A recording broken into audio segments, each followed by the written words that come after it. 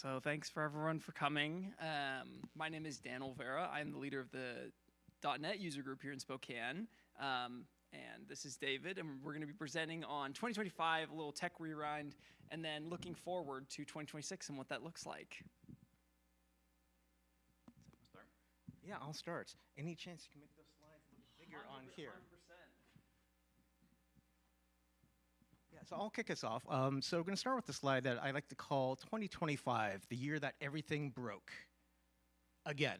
So 2025 was, of course, a year that was full of outages, failures, vulnerabilities, systems breaking, and it seemed like continuously throughout the year there was something that was causing some kind of impact to all of us in the tech world. So whether it be like the cloud, whether it be like CVEs, whether it be like package dependencies, all kinds of things just broke and were completely horrible in 2025, which is kind of like the new norm in the tech world today. So way too many to cover overall, but we're going to hit a couple of the highlights. So the first one, do I just, all right. Let's start with cloud outages. So I think many of us today work in the cloud, live in the cloud, everything runs in the cloud, whether it's your favorite provider, AWS, GCP, smaller providers, everyone had some kind of issue. Well, maybe not everyone, but there is plenty of issues to go around in 2025. So to kick us off, let's start with Azure.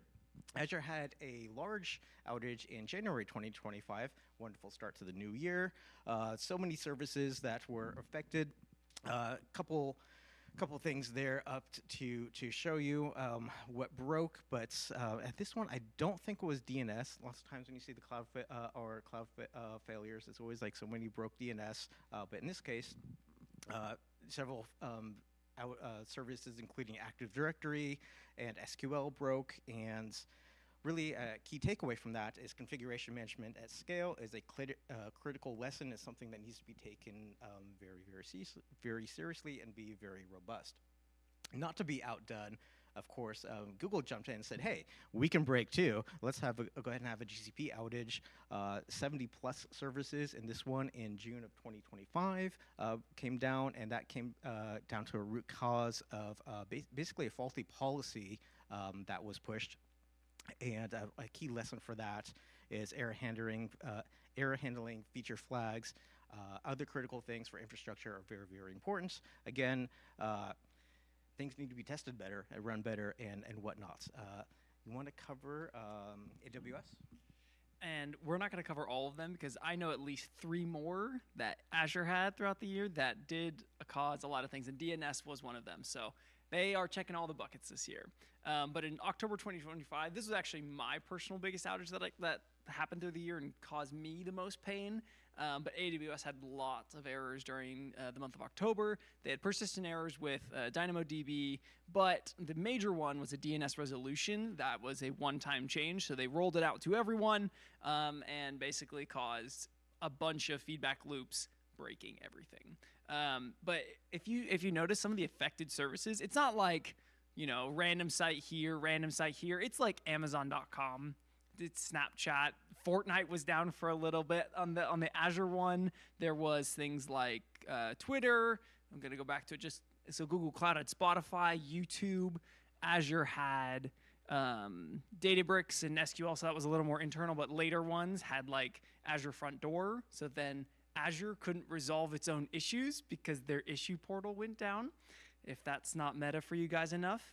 But yeah, a key lesson learned here was the single region dependency just cascaded globally and broke a lot of things. So they changed it to multi-region deployments, and if you don't have proper failover, it's going to hurt you in the long run. And then Cloudflare outage. This was probably the worst, not for me personally, which is the only thing that matters, but for everyone else, this was a huge deal. The core outage lasted over 3 hours, and that was in November.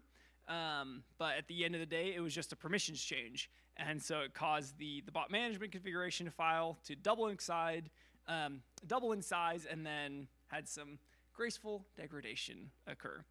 But again, the affected services, these are not small things. This is X, this is ChatGPT, Spotify, Discord, you name it.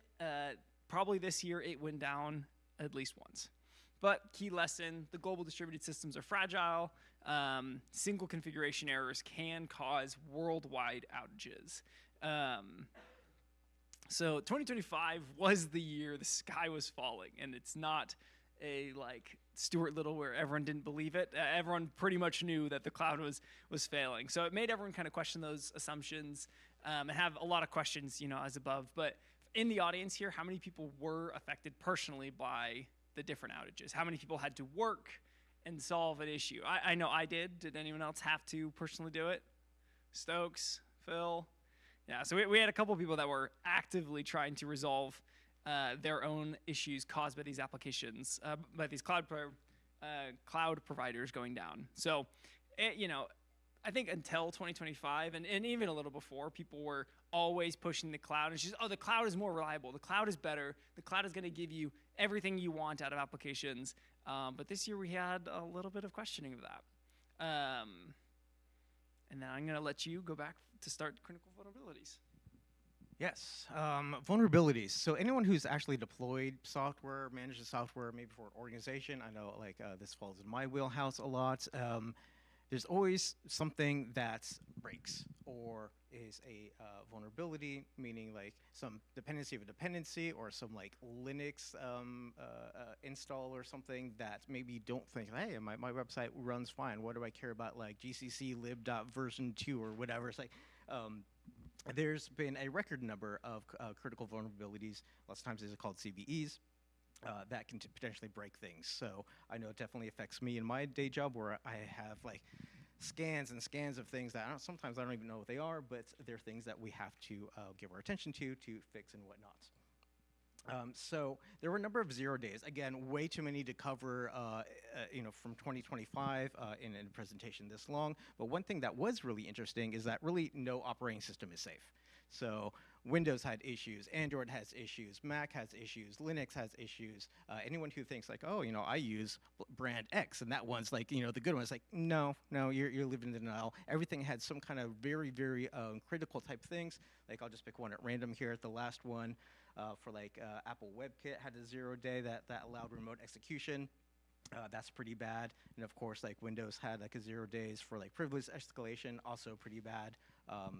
If you're not updating your systems pretty regularly, including things like your containers, your deployments, and whatnot, not just your desktop OSs, there's probably something there that's going to need attention, especially in the corporate and type environment. So there were a number of very, very public vulnerabilities that gathered more attention. One of the largest ones that occurred, I think, towards the end of the year was React to Shell. So this one got all kinds of attention. I want to say it was maybe November, October timeframe. Basically what that means is React and other similar JavaScript frameworks had a vulnerability where remote execution could actually happen like on your machines. Anyone remember that one from like the news and whatnot? And it's like, oh yeah, it's like all our React stuff is wonderful. But it's like, no, not so much. So that one is one that got a lot of news. And of course, I think React and what was it, Next.js maybe had like the biggest vulnerabilities there. Again, just like the previous slide, no operating system is safe. I'd also say like no framework is safe as well. So that's another thing that I always got to pay close attention to. You want to cover Mongo? And you're going to be seeing that CVSS 10 score a lot this year. But yeah, so the next one is MongoDB. So Mongo Bleed, they called it. The severity was high, not at a 10, but was at 6.5. But just the sheer number, it was over 87,000 different servers were globally exposed. And it actually was an error affecting versions all the way back to 2017. So it just took either the people reporting it or the attackers to finally do something big enough for them to be noticed since 2017. But basically, you could have an unauthenticated attacker come in and trigger a heap memory disclosure. So basically bring down your database, and they leveraged it to steal credentials from the database. And my sad.net, we had some vulnerabilities this year. Unfortunately, we had a couple big ones. The biggest was the top two, so I'm not going to read out the numbers, but it was an HTTP request smuggling and then an information disclosure. So basically, those are very techie terms, but a high security vulnerability that allowed people to basically bypass. So the first one, you bypass any security feature by sending a malformed HTTP request and being able to get the request through the system. So if you malformed it in the correct way, you basically just bypass any security. So obviously not good. And then the second one was you could, as the unauthenticated attacker, come in and get a authorized user's information. And that was one that was in the October 2025. So they released it and very quickly did it, but those were both very high CVE severity numbers. And for best security practices, they release a lot of security updates, but it is important to stay on top of those. So stay up to date. So 2025 had a record CVE volume compared to previous years. The graph is pretty sad because it goes from, and nobody can see what my hand is doing, but it goes from a very, very low to 2024, 2025, jumps quite a bit. So attackers are getting faster at exploiting. There's an expanded attack surface, and we'll get into what that means in a second. And there's more slop code from AI hitting production. I don't know if you guys have seen the amount of API tokens that are just out there on GitHub, but that's what I mean by an expanded attack surface. There's just more software than ever in the past couple of years committed to GitHub specifically, and that could be contributed to a lot of things, but generally it's going to be with AI. But more people are writing code, which is awesome, right? We want people to create awesome things, but we don't want them to just leave their environment variables inside a repo for everyone to steal. But they leave helpful comments about what endpoints to go to. So there you go. And we'll go to programming languages next. Yeah. So I'm actually going to back up one here because I think you asked a very good question here. It's like, are vulnerabilities the new norm? So does anyone think that vulnerabilities are not the new norm? So yeah, it looks like we're unanimous on this. So I kind of bring that up because it's not just like something that might be in your GitHub repo. I know, for example, like on my job, responsible, basically all teams, including myself, are responsible for vulnerabilities across the board. So that means things checked into GitHub, things in a Docker file, things that are deployed. So there's many places that you have to like scan and maintain that, where that's part of the daily job of like engineers a lot of times now. It's just like keeping track of vulnerabilities. I get emails every day on some things that might be requiring attention, and lots of those comes with like a expiration or a date stamp, where it's like if that is not solved by 15 days out or 30 days out, then people come and yell at you and you have to do things. So anyway, I thought, you forgot to answer that, but yes, that is the new norm, and it's something that all of us have to be responsible for and aware of, basically across the board. So programming languages. So every year, there's new leaders in programming languages and new norms of what's been going on. So some of the top languages of 2025, of course, Python continues to dominate, lots of AI stuff, ML stuff, largely used for all those types of things, LangChain, probably really just far more, or too many to mention. One thing that was really surprising is that, well, I guess it shouldn't be too surprising, that TypeScript kind of like took over like number one. That was going to be my prediction for 2026. In 2024, I was very excited because Python took over JavaScript as like the number one language, and then like TypeScript came back, which is essentially an evolution of JavaScript to come back and like really stomp on us now. It was going to be my prediction for 2026 because basically all these AI tools that like auto-generate stuff. If you go to like something like Bolt or Lovable or there's all these like online things, they generate stuff for you. Pretty much every one is like Node Express React, Node Express React, Node Express React, all doing it in TypeScript. So I think, at least my theory is that became number one because there's so many of these like auto-generated things now that are committed to GitHub, and it's like, hey, look at this surge, and they're all TypeScript. So of course we all know we should be writing in like either Python or .NET, right? But other languages do exist. C#, on that note, was named Language of the Year by the TIOBE Programming Index, which I found surprising. So I mean, yay, .NET. And what's the last one here? Rust entered the top 10 on the TIOBE. So for those not familiar, TIOBE is basically a score that's given for the popularity of languages. Python's been number one for quite a long time. This chart here shows kind of like 2024 compared to 2025, just to see like how momentum is changing in various languages. I was very surprised to see C come up and overtake C++. So that's like really surprising to me, or the AI got this wrong. I'm actually not sure. Yeah. Is this metrics or service? That's a very good question. This is some output that I gave to Perplexity, and it has a number of various references for that, and I did not give them that much attention. Okay, so then again, the title will be, because again, some of these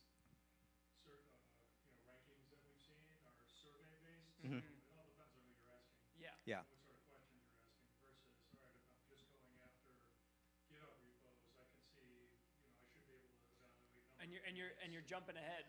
Y- Get up yeah. next. But Yeah, get up next. So the question, yes. Questions, but then no. Thanks for. No. Those are important. This is specifically the TIOB score, so it's a very specific metric. Yes. It's not necessarily just popularity. Like we just saw, TypeScript is number one, but here Python, it's taking more into account than just number of Git commits. Yes, yes. So a couple other notable things on there. I think PHP dropped off. Finally. R made the cut, finally. And JavaScript still strong, C still strong, C Sharp still strong. So that looks great. So moving on to the next slide, where this is the GitHub metrics. So this is actually a tally annual metrics of the popular languages as available for like code commits and repos and whatnot in GitHub. So again, like we mentioned earlier, Python fell to number 2.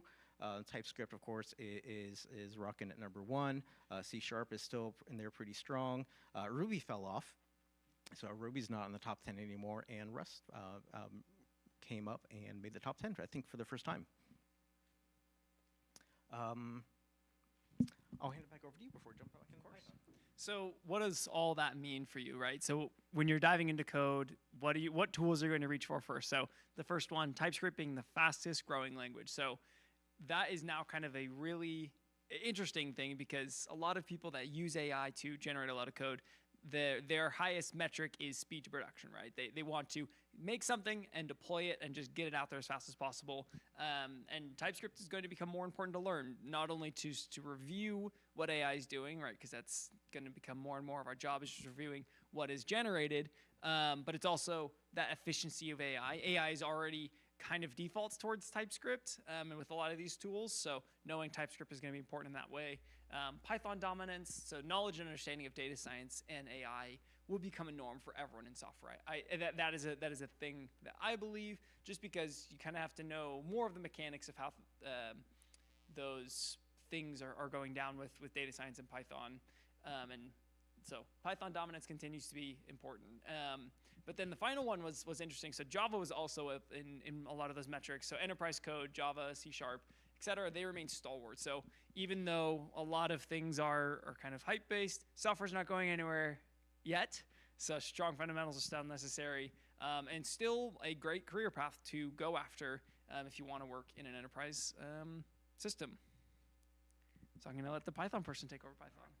So as this is a meetup for Python and for .NET, we couldn't go through without mentioning a couple big Python news for 2025. So obviously the biggest release now that Python's on annual releases was 3.14. That introduced t-strings, changes to the global interpreter lock, deferred annotations, and enhanced error messages. So several things came out. There's some other information that's like not on here that I found interesting. Like Fast API became like the most popular Python-based web framework, beating out Django. So that makes me sad, but Fast API is pretty good. A couple other notable things: the UV package manager just like exploded in popularity. It's like everywhere I look, everyone's like using UV. There's some other efforts to standardize, I guess, non-UV based ways to do virtual environments and all that typical machine learning and data science type of stuff, like the whole AI ecosystem, really like NumPy, TensorFlow, PyTorch, Jupyter Notebooks. All of those still continue to evolve and continue to grow with a strong emphasis around really like AI and ML type operations. So .NET. And we had a .NET Conf if people are interested last week. That's online. We kind of dive into more of these details. But 2025 was, we had some major updates, Visual Studio being one of them. That's kind of had a lot of AI-assisted development features that really kind of helped .NET developers get more into it and maybe pull back some of those VS Code lovers to try and get them more in the .NET realm. But there was a lot of just things focused on cloud native development and AI, trying to push those kind of things. So Aspire is a big one.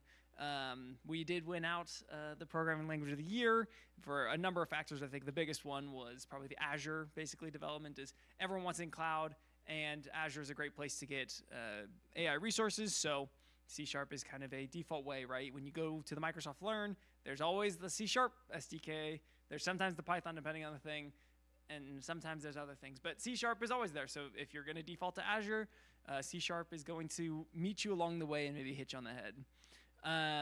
There was a lot of performance things and growth in those realms, but 2025 was a good year for C#. So hopefully we'll continue that way.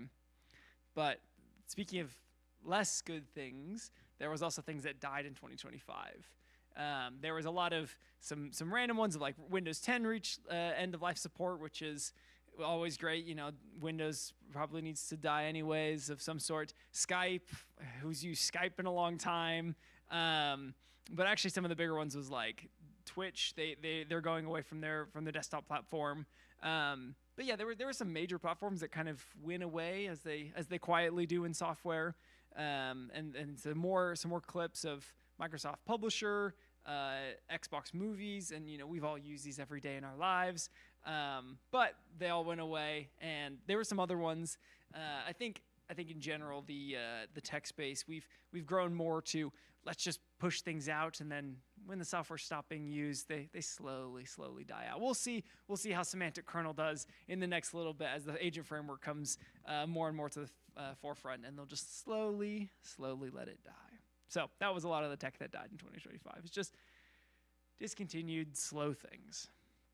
But obviously, we can't talk about 2025 without talking about AI. I think we'll talk about it a lot for the rest of it, and what are impactful, what our like day-to-day is impacted. And I'm interested in hearing from different perspectives. But I think every developer can sense that things are just different now, and their daily workflow is really different than what it was even a year ago. But we'll get into it.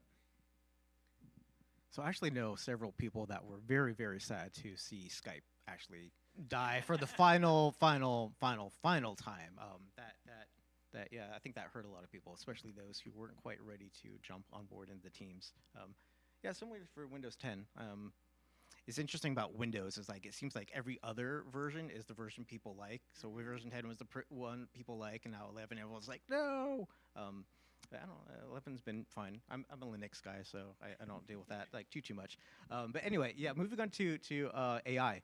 So AI and software development, I can definitely say that in the last like year or so, 2025 was definitely the year of AI, even though it's been like a very mainstream thing since at least 2023, 2022. And I say that mostly because as a software developer, my day-to-day operations have drastically changed. A year ago, even less than a year ago, I was like literally writing code pretty much all day, every day. And now I prompt all day, every day, and like hit next and approve or no and reject and redo types of things to get like an output that is I guess acceptable. So the AI tools are rapidly transforming the way we do work, and not only like the way we work, but the whole software development life cycle.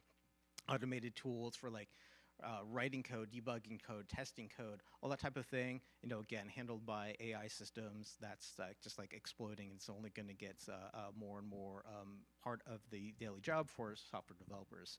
Of course, AI code reviews. If you ever use things like a Code Rabbit or like a GitHub Copilot, those will also probably become the new norm. There's a great benefit to having that AI review before having human eyes, just to get things to move like faster and to have like stronger like feedback. Large language models, of course, are continuing to boost productivity. Again, all these types of tools that are mainstream now.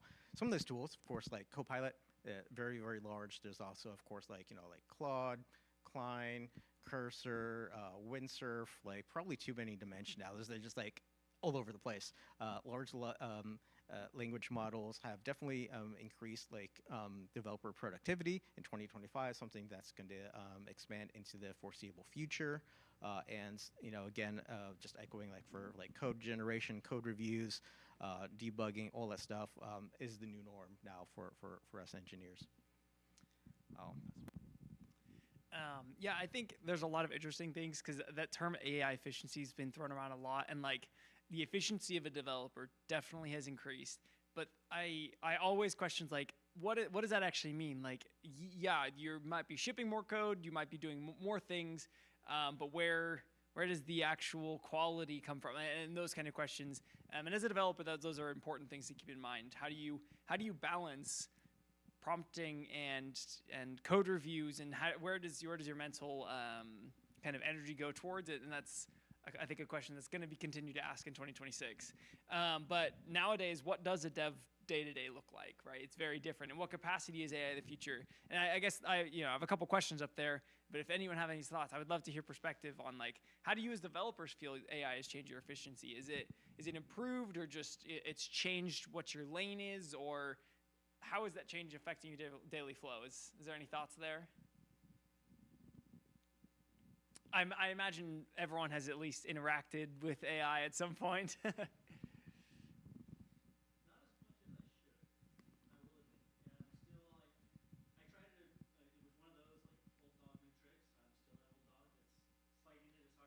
Mm-hmm.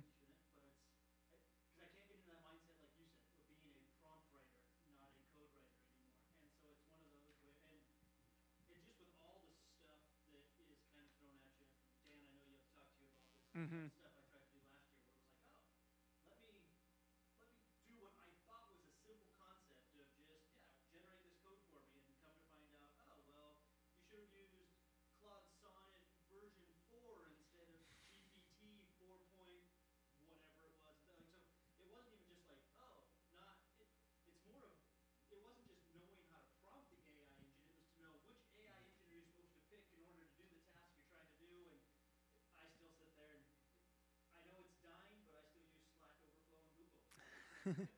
Well, Stokes and I have had a conversation a couple times of this is where we feel the most inadequate as a developer. It's there's so many new things that come out every month, it seems, or there's new tricks to use prompting, or now there's instruction files, and these are all old things. That's 6 months ago that prompt files became the new norm. But then just becoming good at using those is time investment in itself. And that's where I feel is the most change. It's okay. How do you leverage the current tools, but then learn the new tools and learn the best way? I know that's one of the struggles that I have, at least on a weekly basis. Is I didn't realize I could even do that with AI. Didn't realize that there was that button there. So.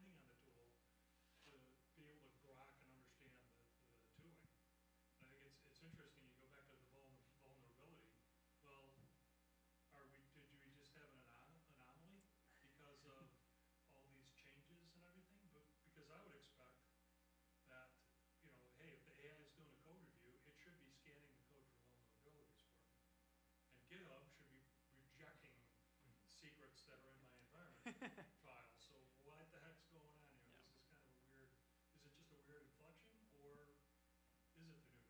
It was, I don't know if it was a rhetorical question or an actual Yeah. question, but No, food for thought, for sure. no, 100%. And I don't want to miss your thoughts. I know you had said something, so I just want to respond to that really quick because I do think on both sides, right, the new norm of security vulnerabilities, even in the best software development cycle of a team, right, the faster you ship, the more bugs you're going to find. Just by sheer nature of human capabilities of speed, right? You only have so much time to test, and you could add as many end-to-end tests. But I think that speed up, right? You're turning the dial up to 11.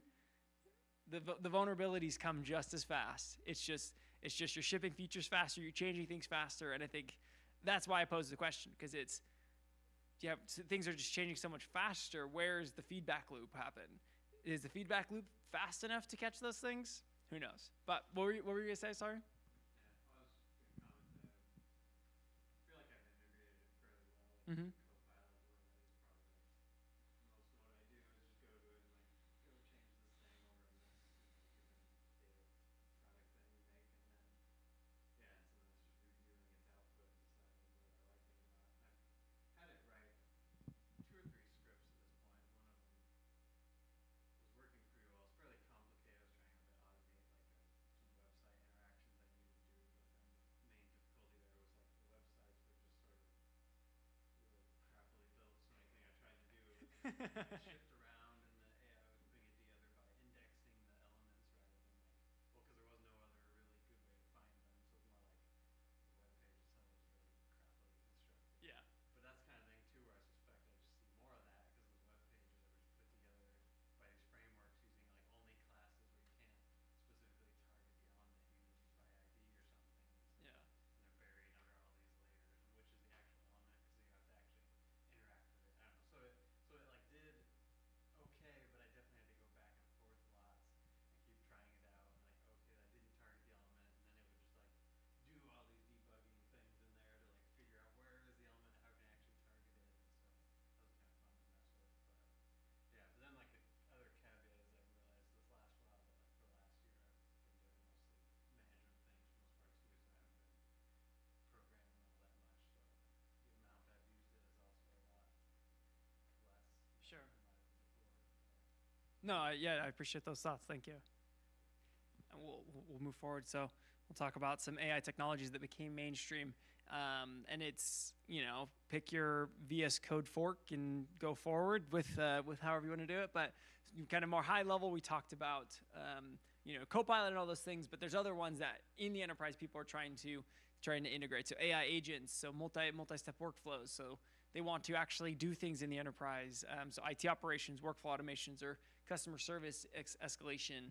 And I know there's been a lot of kickback on those kind of things, especially in the customer service realm of like, oh, you can automate these things. Now, should you is a different question. So that's kind of one thing with all these new technologies. There's always the question of should you. You can now. It's becoming less cost prohibitive and more doable. But there's always that question of should. But then MCP servers, that's kind of now the standardized way to connect AI agents and allow them to have tools, right? So in VS Code, that's a MCP client. It's using a lot of different tools to actually do the things, right? It's not just a chat window. It can also edit your files, or it can go use Context 7 to go search up the library. So it uses actual documentation instead of making it up, but it still sometimes makes it up. That's okay. Smaller language models on device. So Apple Intelligence is the big example of this. It kind of showed that on-device inference is actually possible and usable for a consumer model. So you get kind of that 80-20, 80% of the capability at 20% of the cost. And it's a lot faster because you don't have to reach out to a bigger model, which kind of disproved the biggest model wins. And I think that's kind of true throughout agents of, just the biggest and the best agent will just win, but the right model for the task is kind of the correct thing there. And then finally, the first kind of major iteration on LLMs was the RAG system, so retrieval augmented generation. And this year we saw kind of the 2.0 version of that. So how do you get beyond keyword search or vectorized search? It was hybrid retrieval with knowledge graphs. So that's using reasoning across data, and they give you sources and evidence just like RAG, but it's just a new way of structuring that retrieval system. And then we'll have a couple more, and I'll let you do it, David. Certainly. So the point of like, I guess probably that earlier slide is, a lot of these terms and standards and whatnot are evolving very, very rapidly. I almost sometimes see it like other technologies. Like if you're into TVs or something, it's like, hey, every year there's like a new TV standard. There's like a OLED or a QLED and like all these things. It's like at the end of the day, you're still looking at a TV, and at the end of the day, we're probably still going to be using AI, but you got to know the buzzwords, of course. And even though like MCP became like a big thing in 2025, there's already some technologies that are looking to replace that. So that said, some other like AY or AI buzzwordy type things like multimodal or multimodal AI is probably going to become a default. So a lot of us are used to using things like ChatGPT or other like chatbots. It's basically taking in text. All the next evolution of things are taken in text, or taking your files, or taking in audio. A lot of people, I know people right now who like use a dictation thing. Like they don't even like write code. I should say, not only do they not write code, they don't even type into the chatbots. They hit the the dictation button and say, build me a web app that does blah blah blah blah blah blah, and then the AI takes that as instructions. So I'm probably getting a little bit closer to Star Trek overall. AI in developer tools. So, again, a lot of us are probably used to using something like ChatGPT as our first interface into all these AI tools. Now, the big thing is like put AI in everything. So you put it into your IDE, you put it into your Google Slides if you want to make a slides for a presentation. You put it into your toaster because why not? So you say make the toast like medium toastiness or something. So there's a lot of that coming. Expect AI to be in even more of everything. And of course, there's going to be a whole kinds of discussions around responsibility, governance, safety, all those types of things, and potentially more regulation to come. So let's wrap up 2025 before we look into 2026. So one of the big takeaways is like platforms continue to beat things. So like, what are platforms? Everything's like a platform, right? You don't just use like, a service or an app anymore. But lots of these are like merging more capabilities into like more things. So you see a lot of, think like a Microsoft 365 that now does everything, and Copilot is in everything. Those types of things. One thing that really makes me sad is like desktop and like legacy tools are pretty much being phased out. Everything is cloud, right? Go on here and open your web browser to write your code. Use a web browser to make your slides. Use a web browser to write your documents, all that kind of thing. Older devices, smart home, Internet of Things are losing functionality. I think one of this slides up there was like, for the Nest thermostat, they decided to turn something off because why not? It's not like, you spend $800 buying a thermostat. That's old news now. Come buy a new one with like some kind of new functionality in there. I personally have like smart lights at home that I thought were going to be really cool, and so the company went out of business. Now they're like e-waste. So a lot of those things are losing functionality as like new models come out or as companies like disappear. Traditional purchase models, another thing that I definitely really dislike in today's world, but it's been a thing for a while. It's like you don't buy software anymore. It's like you used to be able to buy Microsoft Word. No, now it's a subscription. Why should you buy something for like, $200 for a lifetime access and you can use forever until your computer dies? Pay me $100 a month to like access the thing. Everything is a subscription and it kind of sucks. I bet we all pretty much hate that to some degree. And of course, pretty much everything that like worked a certain way now has an AI-based alternative, regardless of like what it is. Hey, I used to be able to hit an API to do a thing, or now it's an NPC. Used to be able to screen scrape something with code. No one else use this AI service. So there's AI replacement to things that I didn't think we need AI replacement to things yet, but that again, this is becoming the new norm. Why don't you kick us off for 2026? And a couple other notes. There's apps that you can subscribe to manage your subscriptions. That's how bad it's gotten, you guys. But 2026, we have a couple of industry trends that we think are going to happen and the guesses, and then we want to hear your guys' look ahead and predictions as well, because it's it's all up in the air, right? This is all conjecture and just what we think is going to happen. But I think one of the ones that will almost certainly continue unless everything collapses in the economy, subscription service will just continue to become the norm. Every software will become a cloud app that you have access to, conditional on your subscription. The second one is consolidation of overlapping tech platforms. That will just continue to get faster and faster as people want to integrate more things and have cool AI features and everything that can, you navigate here and then you navigate here. It's just going to continue to consolidate a lot of those tech platforms. AI integration will not become like a cool thing that someone points out. It's going to just be, this is a thing that's in every software. Every software is going to have that chat window. Everything's going to have AI search in it, and everything's going to be really overbloated. It's going to be awesome.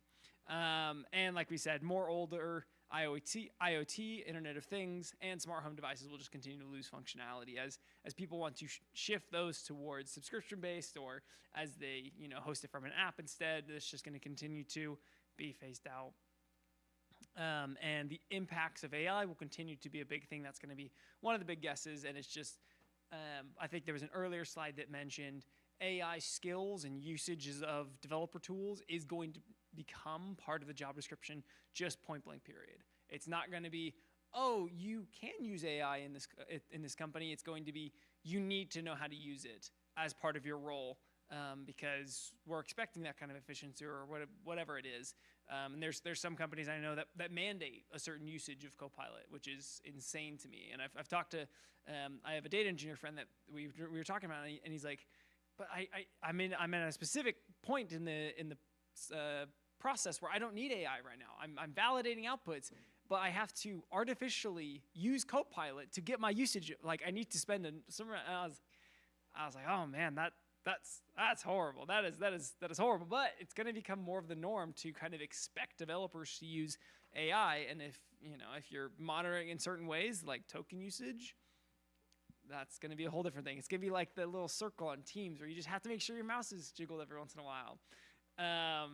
But so AI tools will continue to drive increases in developer productivity, like we talked about. That progress and that efficiency, quote unquote, will just continue to grow and grow. And we'll move to the next one. So I'll let you talk about the top 2026 languages. Yeah, so we saw the top 2024 and 2025 and how those kind of changed. So I'm going to say that Python and JavaScript continue to be like near the top for various reasons. Of course, JavaScript being like the language of the web. I should probably say JavaScript / TypeScript, because really TypeScript is taking over a lot of the JavaScript operations overall. Of course, Python is still going to be strong for all of its things, especially like in AI and machine learning. Go and Rust, I think will continue to gain traction. Rust especially, if you ever seen like any of these charts of like, how languages are growing, like Rust is like a hockey stick. So it'll be interesting to see how much of the C space that Rust ends up taking over, but I expect more and more Rust to continue to gain traction for there. Of course, TypeScript, the new number one, it's probably going to be the number one for quite a while, especially as more online subscription-based coding development tools become things, and they all spit out, again, Node, Express, React, Node, Express, React, Node, Express, React, endlessly. AI did write this serverless architectures will boost interest in specialized languages. I don't even know if that makes sense right there. Maybe that might be a hallucination or something that probably shouldn't fit into like the top 2026 languages, but hell, why not? Questions, predictions? So I had a couple. So on the left side, it is two predictions that I wanted to kind of validate. These are ones that I thought of, and then two questions on the right that I wanted to hear. Just some random guesses. So the first ones, we'll start with the prediction. So AI will be expected in apps. The hard part is going to make it unique and impactful. I think people are already tired of that stupid chat window popping up every time and saying, I can do this. Why don't you try talking to me? Close every single time. Don't open it up. But I think that's going to be one thing, is apps are going to be expected to use AI in new and unique ways, but coming up with new and unique ways in software has always been a hard thing. And then the second bullet point there is cybersecurity. I think because of a little bit of the pushback from this year, of like all the outages, cybersecurity and good DevOps practices will be pushed to the forefront as AI is more and more integrated. And I had a couple questions for you guys. So, what will be the new AI tech or buzzword? So we had agentic AI, we had workflows, we had orchestrations. I was trying to come up with something, and I just couldn't come up with like the next cool word. So if you guys have any thoughts there, I'd love to hear your fun words for 2026. And then another one that I've been thinking about a lot. It's kind of been spurred on here in IntelliTech. We're doing a little hackathon in January, but it is trying to embrace the vibe coding. You don't look at the code. You kind of just build the thing and throw it out there. And I'm in a team, and I'm also doing it myself. But we had a meeting as a team and talked about, what do we want in the app? Let's build out the feature list. And then the leader of the team was like, well, okay, let's just put all the thoughts and notes we had into a prompt. And then Cloud Opus 4.5 took the whole prompt and built the app. And that was our project. That was it. So I've been thinking about how do teams interact with this AI usage, right? If you get more and more to the I build it and throw it away, if it's like a greenfield, where does the team interaction? Obviously, you can have very, very impactful team members give you great PR reviews, but bigger dev teams, are they just going to be stepping on each other's toes as you constantly refactor the whole code base? So that was another question: is will small teams become more of the norm due to AI usage? Because I think AI kind of slots in as like they always say it's like an intern, the annoying intern that thinks they know it all. But now it's the annoying, mid-level dev that's just really, really obstinate about certain things, as opposed to an intern. So a couple questions. If you guys have any thoughts, I'd love to hear your perspectives. Smaller dev teams have been happening over the decades. Mm-hmm. So it's just, I think, going to accelerate. So again, there are still plenty of big dev teams, but overall, but they're segmented into these days they're segmented into I'm working on this thing or I'm working on that thing, and it's just smaller teams, right? So it's sort of that agile mindset, but I think it's also part of just the evolution of the tools. So this further evolution of the tools, I think for sure will continue to say, I don't need whatever. It used to be you don't see 40-person dev teams anymore. Stokes, you're probably old enough to. You're not as old as I am, but you're probably old enough, and other people in the room. Oh yeah, they're 40-person dev teams. I can't remember the last time I saw one of those. Yeah. Now again, I've worked with organizations that may have 1,000 developers, but there's no one team that has 40 people in it. Yeah. It just doesn't happen. So I think that's probably the one I feel the most comfortable with. I have no idea what the buzzword's going to be. No idea, but the smaller dev teams, absolutely. Well, it's all for the buzzword. So I appreciate your thoughts on the small dev teams. I think it's just, like you said, it's an acceleration of kind of already the trends of teams and, part of the agile methodology. You're kind of just moving more towards that. It's you build the cart just really, really fast now. So all the buzzwords so far have been like kind of like business-y terms. So I've thrown around a couple different ones of like AI environments where it's going to be like, instead of having dev, test, and prod, you kind of have the AI environment that you just build and rip away every time. I've thought about that one. But yeah, it's going to be some sort of business term, but the thought hasn't struck me yet. So I'll throw one out there. So not only do I think that we'll have like smaller dev teams, is probably like just a thing now. It's like the area of expertise is probably getting consolidated again. So like way back in, before like developers used to like develop, deploy, test, all that kind of stuff. And then it kind of like branched off, and you had like, QA engineers who specialized in only testing. Then DevOps became a thing, and then you needed DevOps expertise to like run your pipelines and all these types of things. So I think that will become responsibilities that fall back to some of the developers, and you'll have to own the things that you build and run more end to end. I also think that a lot of the things that typically get done in pipelines, like I have one colleague who said, don't even worry about like linting or doing CI stuff anymore because AI is writing it. Well, of course, I think that's nuts because AI could write lots of stuff and like, you didn't lint that, Mr. AI or whatnot. And then of course, then you tell it to like lint your stuff according to like, these instructions and it does it. So I think a lot of those responsibilities will be coming back to the developer. So not only like developing a thing, in which case we'll mostly be kind of like orchestrators. We'll be writing the project plan and whatnot, and say AI go implement the project plan, and then test it, verify it, deploy it, get it out there. And I think all those will be responsibilities that we all have. Another prediction I have for 2026 is going to be monetization. So I actually thought about adding it to this slide, although I think 4 points are perfect for that. And I'd be cheating a little bit because I want to say this last week, ChatGPT started putting ads on some of their interfaces. And I expect that all the other chat interfaces, bots, platforms, whatever you want to call them, are going to follow suit very, very soon. Especially because like all these AI companies are like losing tons and tons and tons of money. So they got to do something to recuperate a little bit of that. So I think 2026 is going to be the year of like ads and making some of the things that we've enjoyed for the last like 2 or 3 years start to suck because of it. Yeah. Well, I think that's. I do think your number one prediction is an interesting one because we killed Clippy once. Yeah. Are we bringing it back, but better? Let's bring back Clippy to kill him again. Because like you said, that's but it's happening, right? I mean, the apps you use, you try to file a support ticket for Azure, forget about it. You got to fight with the stupid AI Yep. agent, giving you 3 predictions before you can actually file the damn ticket. Yep. It's like, please.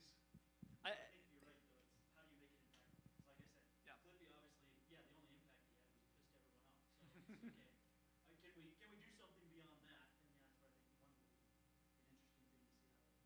Well, yeah, and I think we've already started to see kind of the pushback, and maybe it's just like a community feedback or like a finger on the pulse thing of people don't like just the chat window. Like it's a thing I've heard. It's a thing that's kind of online that people don't like just throwing a little bottom right chat window on every website ever, and I think it's going to continue to be that way.